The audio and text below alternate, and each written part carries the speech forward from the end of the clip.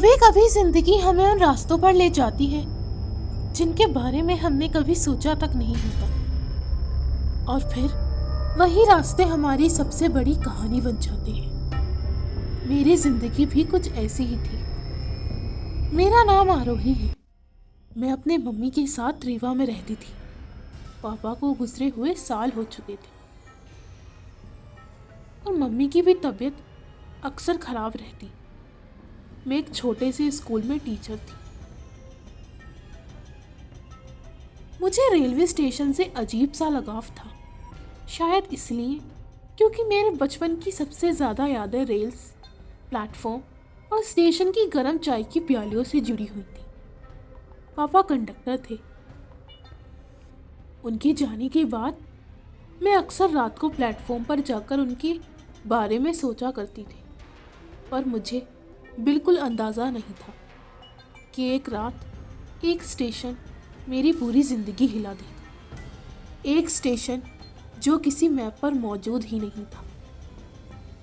उस रात बहुत ज़ोर की बारिश हो रही थी। मम्मी को दवा लानी थी और मेरी नाइट शिफ्ट स्कूल से रिटर्न लेट हो गया था।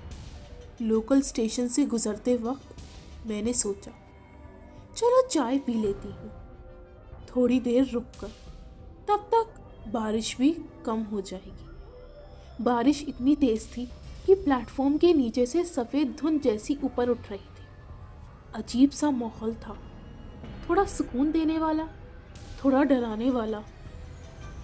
चाय वाले चाचा ने मुझे गरम चाय की प्याली दी ही थी कि तभी एक पुरानी सी इंजन वाली ट्रेन प्लेटफॉर्म पर आकर रुकी। उसके इंजन पर लिखा था, भूला बिसरा JN। मैं हैरान रह गई। इतने सालों में ऐसे कोई स्टेशन का नाम सुना ही नहीं था। और सबसे अजीब बात, उस ट्रेन में से एक भी आदमी ना ही उतर रहा था और ना ही कोई चढ़ रहा था। पूरा प्लेटफॉर्म खाली। चाय वाले चाचा ने मुझे एक अजीब नज़र से देखा। बेटा, इस तरफ मत जाओ, ये ट्रेन हमेशा रात में आती है। पर उन्होंने बात अधूरी छोड़ दी। पर क्या? मैंने पूछा। चाचा ने सिर्फ इतना कहा, जो लोग इसमें चढ़ जाते हैं उनको फिर कभी कोई नहीं देख पाता। मेरी चाय की प्याली हाथ से गिर गई। मुझे लगा शायद चाचा मजाक कर रहे हैं, पर उनकी आंखों में मजाक का एक भी रंग नहीं दिखा। तभी ट्रेन का हॉर्न बजा।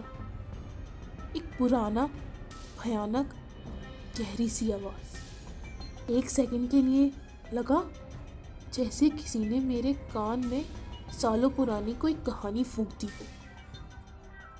मैं प्लेटफॉर्म के कोने पर खड़ी थी।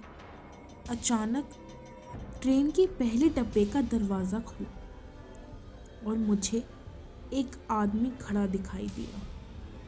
पुराने स्टाइल की वाइट शर्ट, ब्राउन कोट और काले बूट्स उसने पहन रखा था।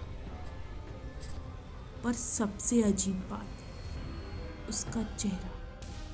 एक अजीब शांति थी उस एक्सप्रेशन में। वो धीरे से बोला, आरोही, तुम्हें घर जाना चाहिए। उसे मेरा नाम कैसे पता था? मैं कभी उससे मिली ही नहीं थी। मैं शॉक में चिल्लाना चाहती थी, पर मेरी आवाज़ ही नहीं निकली। वो आदमी बस मुस्कुराया, ट्रेन में चढ़ गया और दरवाज़ा बंद हो गया। ट्रेन 2 मिनट में स्टेशन से निकल गई, पर मेरे अंदर जो सवाल थे वो कहीं नहीं गए। अगले पूरे हफ्ते में बेचैन रही। हर रात स्टेशन जाती, हर रात उस ट्रेन का इंतज़ार करती। आखिर 1 हफ्ते बाद वो ट्रेन फिर आई। इस बार मैंने डिसाइड कर लिया था, मैं सच पता लगाऊंगी। जब ट्रेन प्लेटफॉर्म पर रुकी, मैं उस डब्बे के पास पहुंची। दरवाज़ा खुला, वो आदमी फिर सामने खड़ा था। इस बार उसने मुस्कुरा के कहा, मैंने कहा था ना, मत आना। मैंने हिम्मत करके पूछा, तुम कौन हो और मेरा नाम कैसे जानते हो? उसने मुझे कुछ सेकंड के लिए देखा, जैसे कुछ सोच रहा हो। फिर बोला, ये ट्रेन उन लोगों के लिए है जो दुनिया के बीच में कहीं फंस गए हैं, जो अपनी कहानी पूरी नहीं कर पाए, जो किसी को याद तो है पर उनका वजूद यादों में अधूरा रह गया।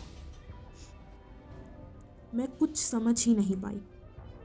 उसने कहा, जो इस ट्रेन में सवार होते हैं वो अपनी अनकही कहानियां लेकर चले जाते हैं और फिर वापस नहीं आते। उसकी बात में डर तो था पर साथ में सच्चाई का बोझ भी, जैसे वो सिर्फ कह नहीं रहा, जैसे वो झेल चुका हो। मैंने धीरे से पूछा, तुम भी? उसने आंखें नीचे कर ली। एक लम्हा गुजरा, एक गहरा लम्हा। हाँ, मैं भी। मैंने उससे पूछा, तुम्हारी कहानी क्या है? उसने सिर हिला दिया।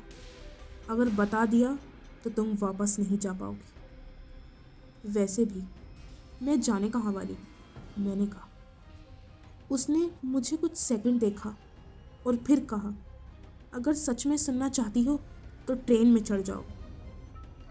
मेरे पैर थोड़ी देर के लिए जम से गए, पर फिर मैंने डिसाइड किया कि मैं ट्रेन के अंदर जाऊंगी। ट्रेन के अंदर एक पुराना, सदियों पुराना डब्बा, सीट के कवर फटे हुए थे। एक पुराना फैन घिस घिस के चल रहा था और खिड़कियों से हवा के साथ अजीब सी खुशबू आ रही थी। और कहीं से एक हल्की सी हंसी, जैसे कोई बच्चा अभी अभी खेल कर गया हो। पर डब्बा बिल्कुल खाली था, सिर्फ मैं और वो आदमी सामने की सीट पर बैठ गया और फिर कहानी शुरू की। मेरा नाम अरमान था। सन 1964 उसने बोलना शुरू किया और मुझे लगा जैसे ट्रेन के अंदर का मौसम बदलने लगा। मैं भी तुम्हारी तरह एक लड़की को कुछ कहना चाहता था पर कह नहीं पाया। एक लेटर लिखा था मैंने, पर उस तक कभी नहीं पहुंच सका। फिर मैंने पूछा। फिर एक रात ट्रेन एक्सीडेंट हुआ और मैं बस यहाँ का हो गया। ये सुनकर मेरे अंदर कुछ टूट सा गया। मैंने पूछा, क्या वो लड़की कभी स्टेशन आई? अरमान कुछ पल चुप रहा, फिर बोला, आई थी, पर तब तक बहुत देर हो चुकी थी। मेरे आंसू मेरी आंखों से टपकने लगे। वो मुझे देखकर हल्का सा हंस दिया। मत रो, तुम्हारी कहानी अभी पूरी बाकी है। शायद मेरी कहानी भी अब कभी अधूरी ना रहे, पर उस रात की खामोशी कुछ और ही कह रही थी। जैसे किस्सा ख़त्म नहीं हुआ, बस एक नया पर्दा उठने वाला हो। आगे की कहानी पार्ट 2 में।